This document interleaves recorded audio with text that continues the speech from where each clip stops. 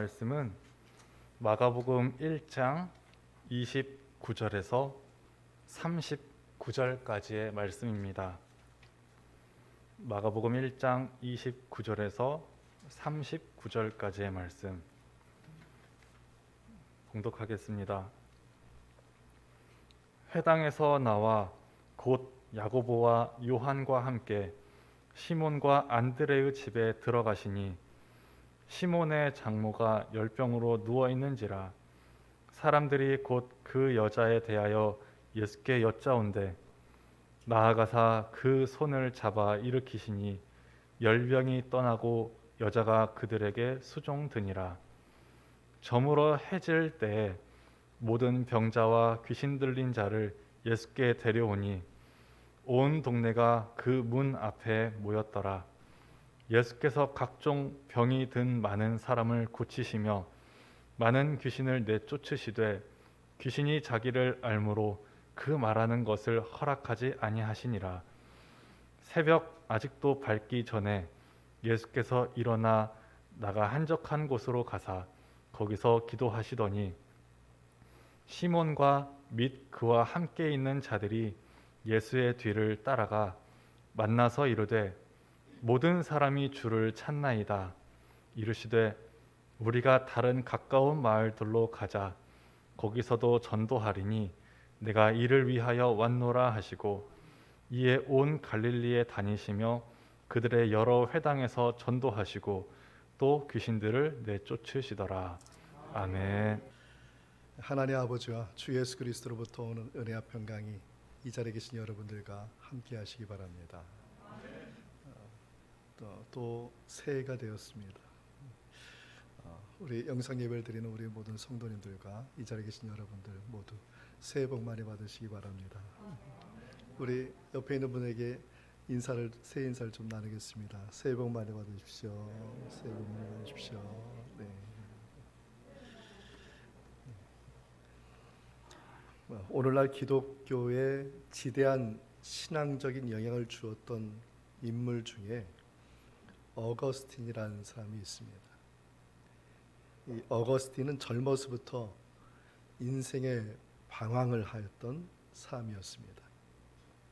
그가 인생의 방황을 마치고 주님 앞에 돌아왔을 때 그가 말한 유명한 고백이 있습니다.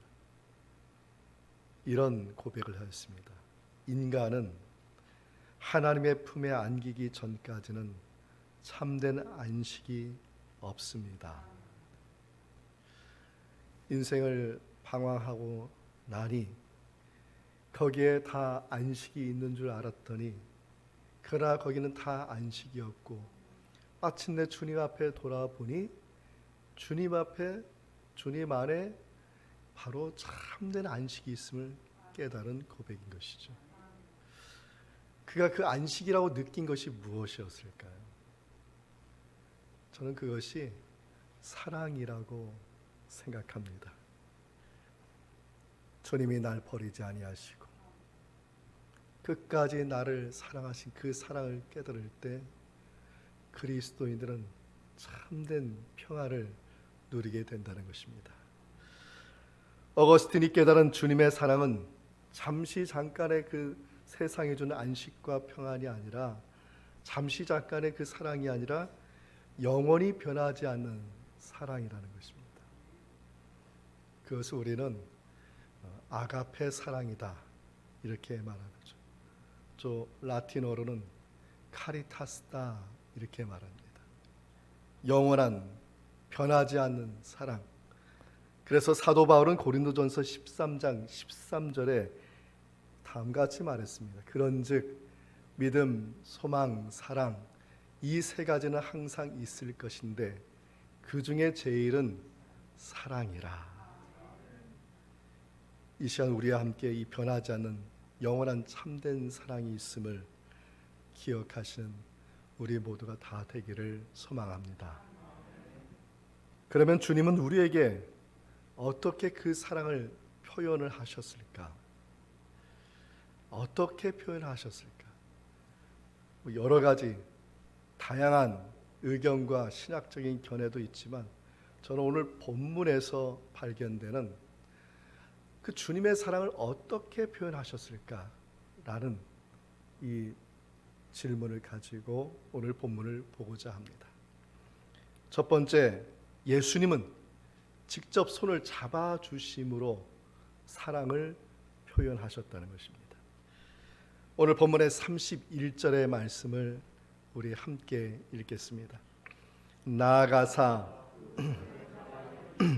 열병이 떠나고 여자가 그들에게 수종드니라. 아멘.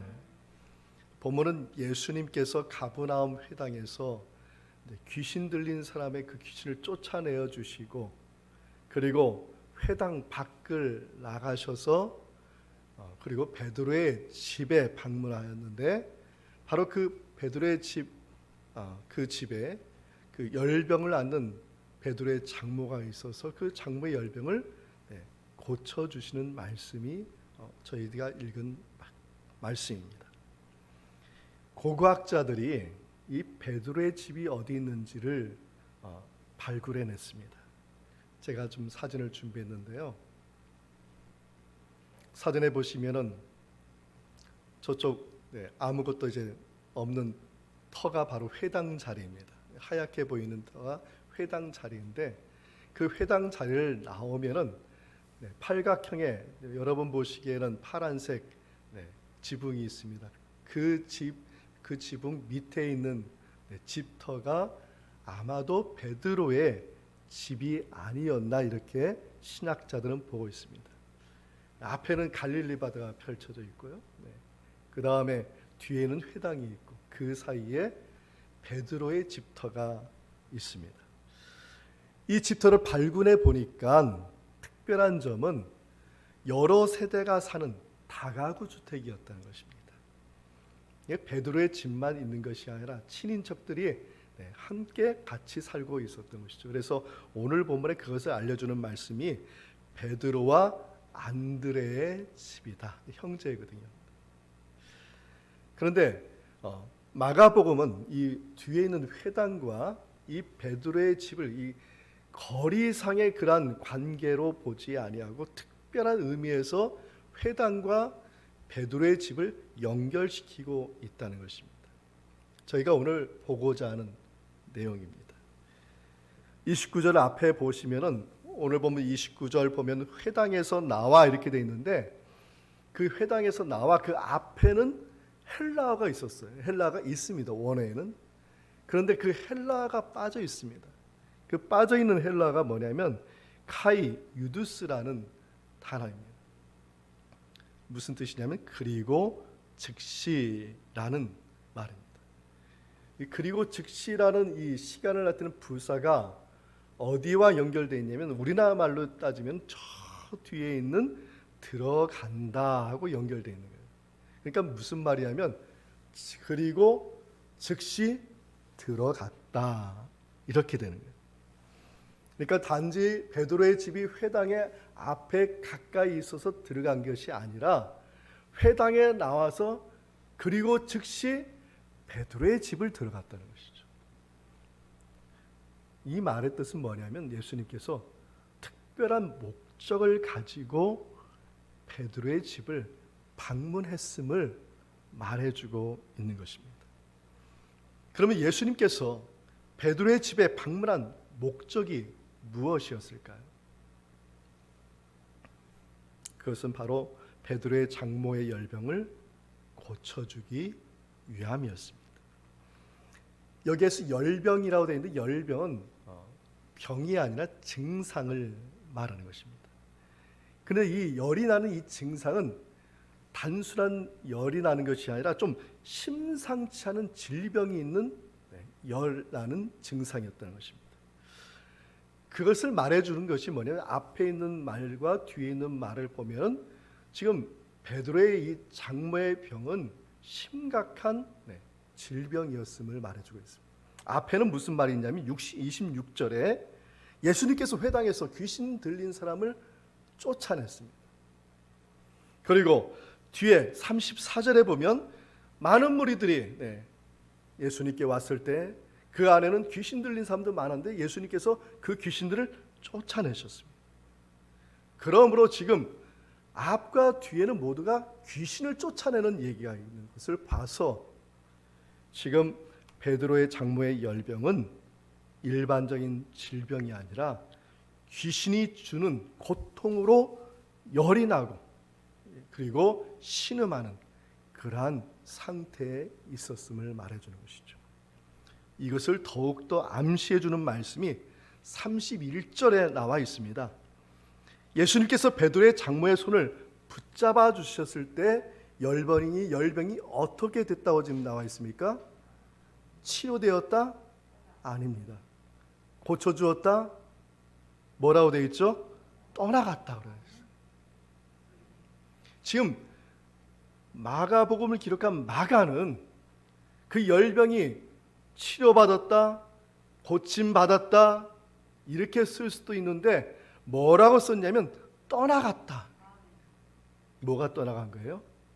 더러운 귀신이 떠나간 것이죠.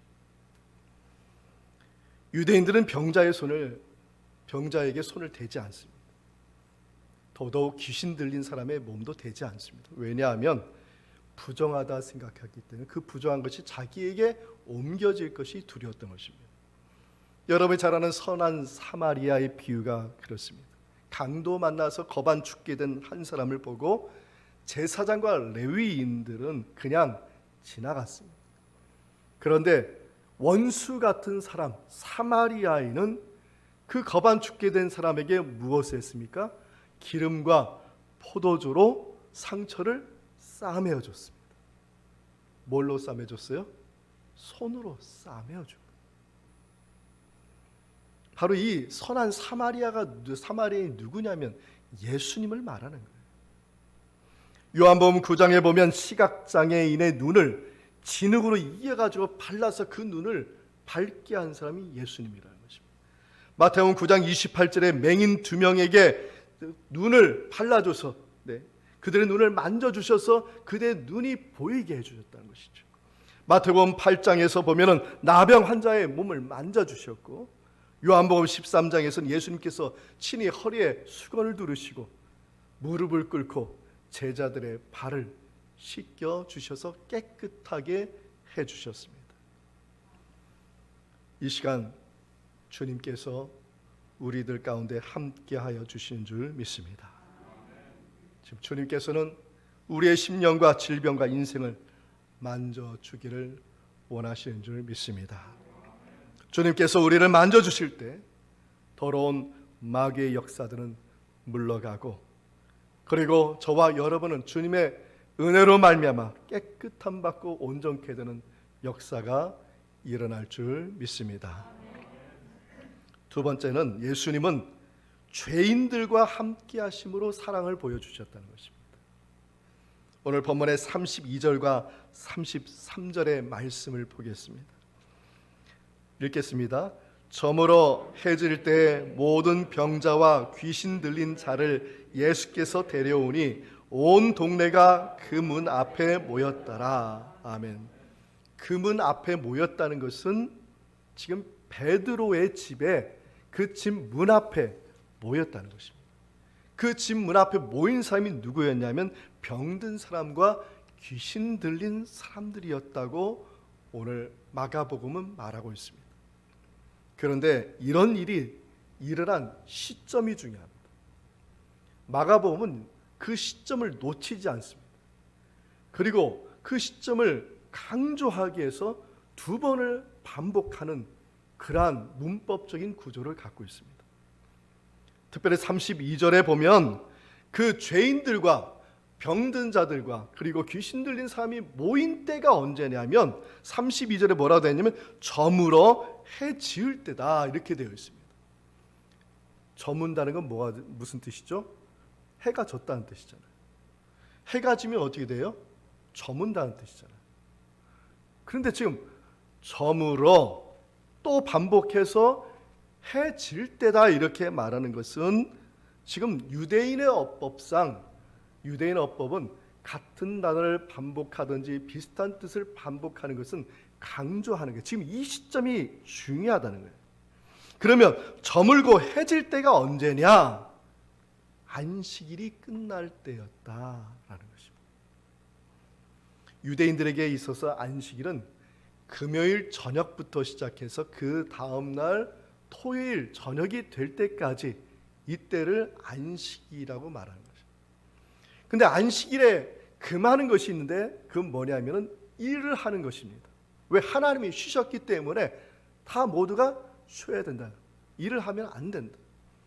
특별히 유대인들은 병을 고치거나 치료받는 것 그 행위조차도 일하는 것으로 보았기 때문에 그러면 안식일법을 어기게 되는 것입니다.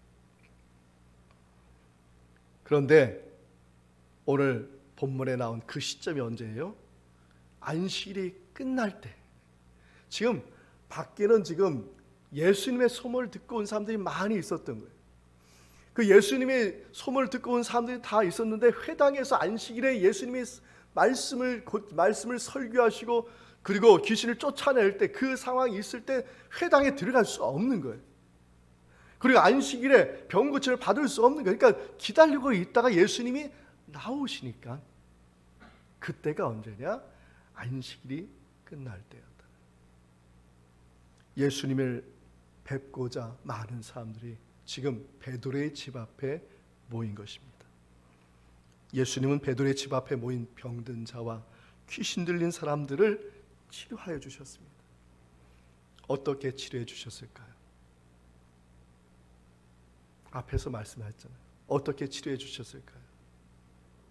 손으로 치료해 주시고 아픈 곳을 만져주시고 얼음 만져주시고 다 손으로 하셨어요.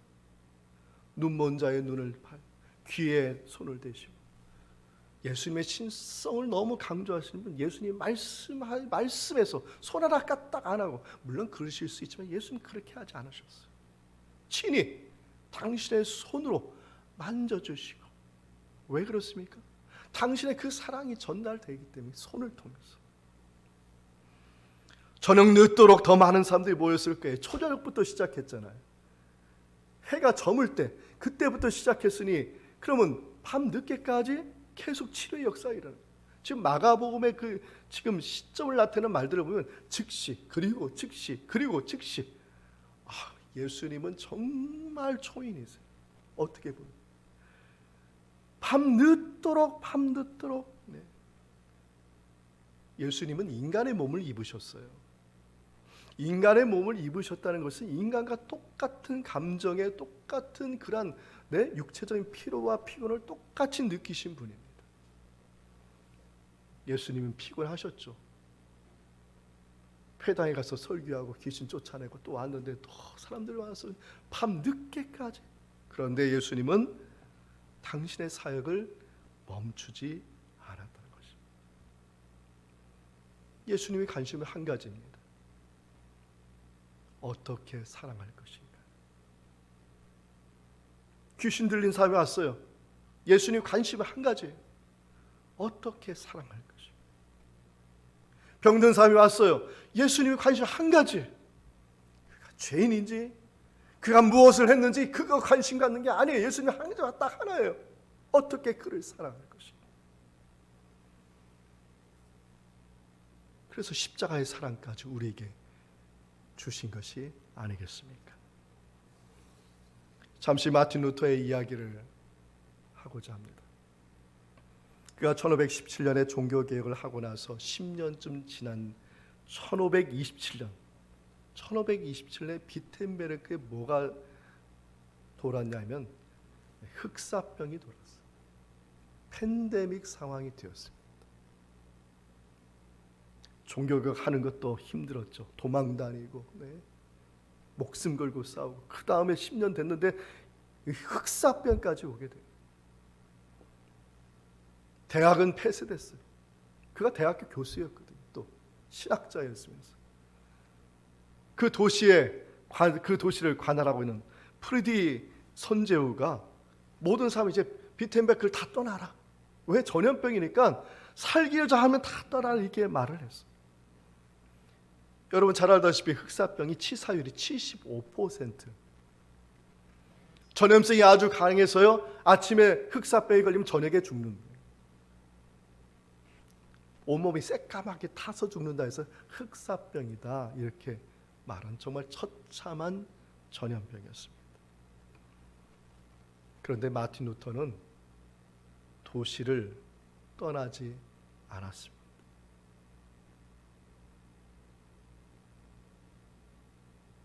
마틴 루터는 환자들을 돌봤습니다. 그 환자가 어떤 환자였겠습니까? 흑사병에 걸린 환자. 그리고 그 환자들을 자기의 집에 데려왔습니다. 많은 사람들이 그 집에서 루터의 돌봄을 받았습니다. 그래서 마틴 루터의 집을 말하기를 작은 병원이다 이렇게 부를 정도. 당시에 마틴 루터는 고질병이 또 여러 개 있었어요. 돌보다 쓰러지고 돌보다 쓰러지고 한 가지만 생각한 거예요. 내가 어떻게 사랑할 것인가. 그의 사역을 멈출 수가 없었고 그가 쓰러지는에도 불구하고 그는 두려웠죠. 언제 자기도 흑사병에 걸릴 수 있기 때문에. 그 상황 가운데 루터가 작사 작곡한 찬송가, 여러분 잘 아는 내주는 강한 성이라는 찬송가예요. 2절 찬송이죠.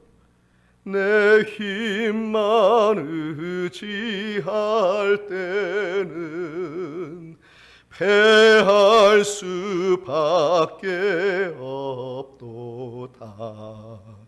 힘 있는 장수 나와서 날 대신하여 싸우네. 이 장수 누군가? 주 예수 그리스도 만군의 주로다. 당할 자 누구랴? 반드시 이기리로다. 할렐루야. 루터가 왜 안 무섭겠습니까? 아침에 전염되면 저녁에 죽는 병인데 한 가지만 생각했어요. 어떻게 사랑할 것인가. 한 번은 누군가가 마더 테레사에게 이런 말을 했다고 합니다. 나는 100만 달러를 준다 해도 나병 환자를 만질 수 없다고. 100만 달러, 어마어마한 돈이죠. 만지면 100만 달러 준다 해도 못 만집니다. 그래서 마더 테레사가 이렇게 대답했다고 합니다. 저도 그렇습니다. 저는 200만 달러를 준다 해도 만질 수 없습니다. 하지만 하나님의 사랑을 위해서라면, 하나님의 사랑을 위해서, 아가페 사랑, 카리타스의 그 사랑, 하나님의 사랑을 위해서라면 기꺼이 저는 그렇게 하겠습니다. 사랑하는 성도 여러분,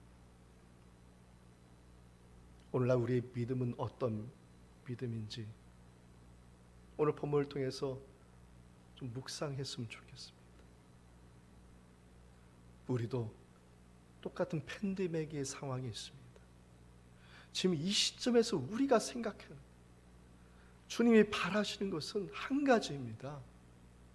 어떻게 사랑할 것인가.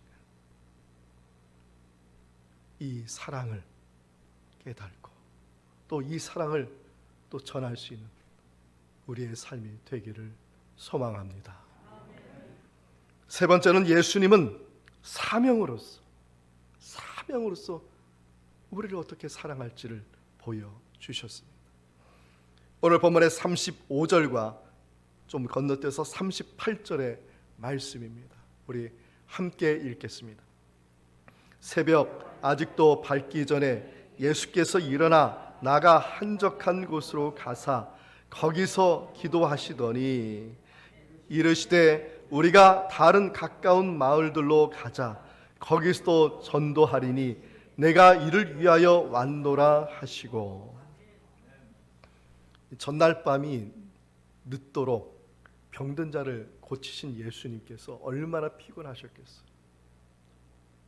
같은 인간의 몸을 입으신 분이기 때문에, 인간의 몸을 입으셨기 때문에. 근데 예수님께서 이른 새벽에 밖으로 나가셨습니다.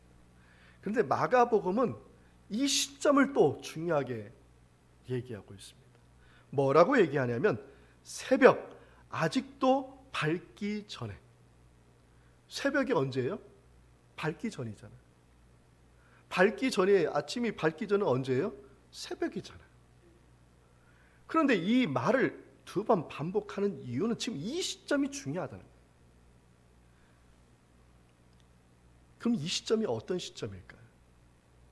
우리가 쭉 살펴본 앞의 내용을 연관지어서 보면은 지금 이 시점은 지금 토요일 지금 소저녁부터 저녁 늦게까지 고치시고 그 다음날 언제예요? 새벽 아직 밝기 전이라는 거예요. 그럼 그 시점이 언제예요? 무슨 날입니까? 주일 아침이라는 거예요. 이 마가복음이 쓰여질 당시에 성도들이 엄청난 고난에 시달렸습니다. 특별히 그들은 주의를 지키는 사람들이었거든요. 토요일 안식일을 지키는 사람들이 아니라 주의를 지키는 사람들. 우리 조선 말에 기독교가 핍박당할 때 기독교인을 잡는 방법이 언제였습니까? 누가 예수를 믿는지 기독교인인지 잡아가는 분명 확실한 증거는 뭐였습니까? 주일날 가는 거죠. 주일에 생명 걸고 예배드리는 사람들이었어요. 이 사람들은. 지금 이 시점이 중요하다는 거예요. 주일에 아침에 예수님께서 기도하셨다. 주일 새벽에 예수님이 어디 가서 기도했는지 오늘 본문에 한적한 곳이다. 근데 이 한적한 곳은 원어로 보면 광야라는 뜻입니다. 아까 처음에 가버나움 사진 보셨죠? 앞에는 갈릴리 바다. 여기 갈릴리 바다의 고기는 너무나 유명하대요. 그 당시. 고기도 많이 잡힐 뿐만 아니라 여기 갈릴리 바다에 나오는 물고기는 특산품이에요. 그래서 애굽이나 로마에 수출하는 고기들이에요. 물이 풍부해요. 그러니까 자연히 주변에 뭐가 있어요? 초목이 무성한 것이죠. 사진에서 보셨지만 그곳에 광야가 보이나요?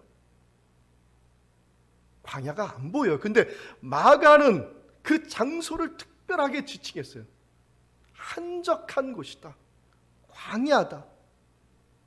왜 마가는 왜 들판에 가서 하셨다, 떨어져서 기도하셨다 이렇게 해봤는데 왜 한적한 곳, 광야에 가서 기도했다고 말을 했을까? 없는데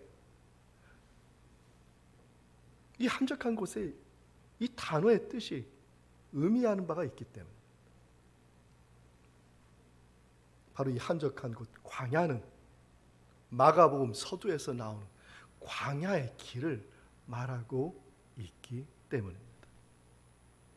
세례 요한이 그 광야에서 길을 닦았어요.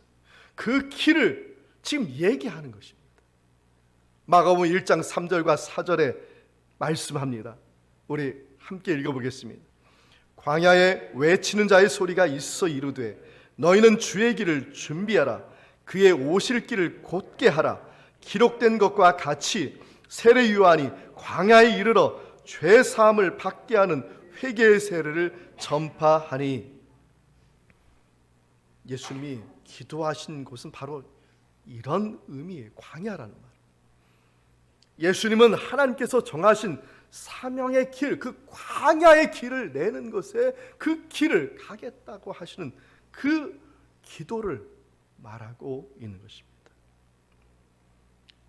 광야가 예수님이 가야 할 길이며 사명의 길이라는 것입니다. 예수님의 사명이 무엇일까요? 예수님이 가야 할 길은 어떤 길일까요? 십자가의 길이죠. 아직 제자들은 몰라요. 그 길이 십자가의 길인지 몰라요. 지금 설명하면 제자들 다 도망가요. 왜? 죽으러 간다고 하는 거기 때문에. 귀신의 입을 다물었어. 이유가 한 가지죠. 그 길을 알게 되면 제자들은 다 떠나게 돼.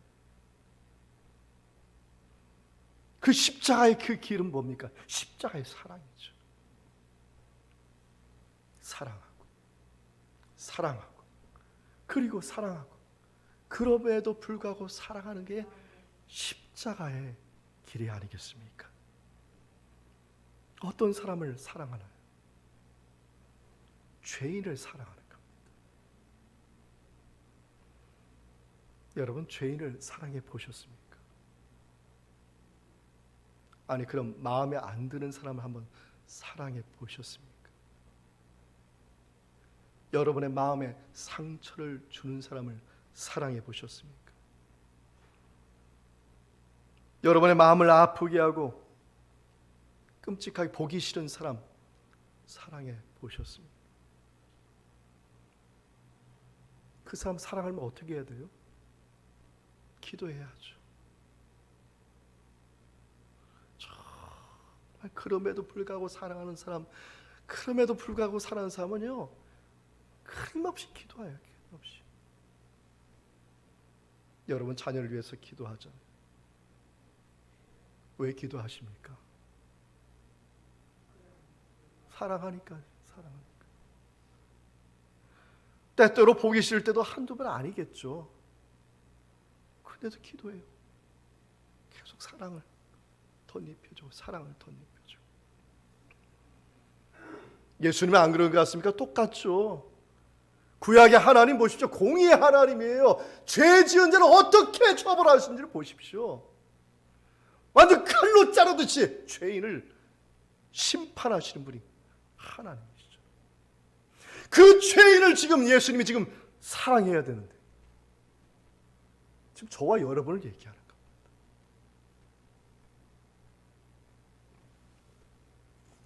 여러분, 저와 여러분을 심판하지 아니하시고 사랑하신 주님께 감사드릴 수 있는 우리 모두 되기를 소망합니다. 마더 테레사가 병자와 가난한 사람을 만질 때 우리는 고통받는 그리스도의 몸을 만지는 것이다, 이렇게 말을 했다가 합니다. 그러면서 다음과 같은 말을 또 말했습니다. 제가 스크린에 적어놨습니다. 제가 읽어드리겠습니다. 우리가 돌보고 찾아가고 입히고 먹이고 위로하는 사람은 바로 예수님입니다. 가난한 이들 중에서도 가장 가난한 사람들과 죽어가는 사람들, 나 환자들, 에이즈로 고통받는 사람들에게 이렇게 할 때마다 우리는 가난한 사람들이 예수님인 것처럼 섬길 게 아니라 그들이 예수님이기 때문에 섬겨야 합니다 라고 말을 했다가 중요한 말이 있습니다. 그들이 예수님인 것처럼 섬길 게 아니라 그들이 예수님이기 때문에 섬겨야 한다는 것이죠. 이게 아가페의 사랑이고 카리타스의 사랑입니다. 왜 그들을 예수님이기 때문에 섬겨야 할까요? 예수님은 죄인을 사랑하실 때 내 몸과 같이 사랑하셨기 때문에.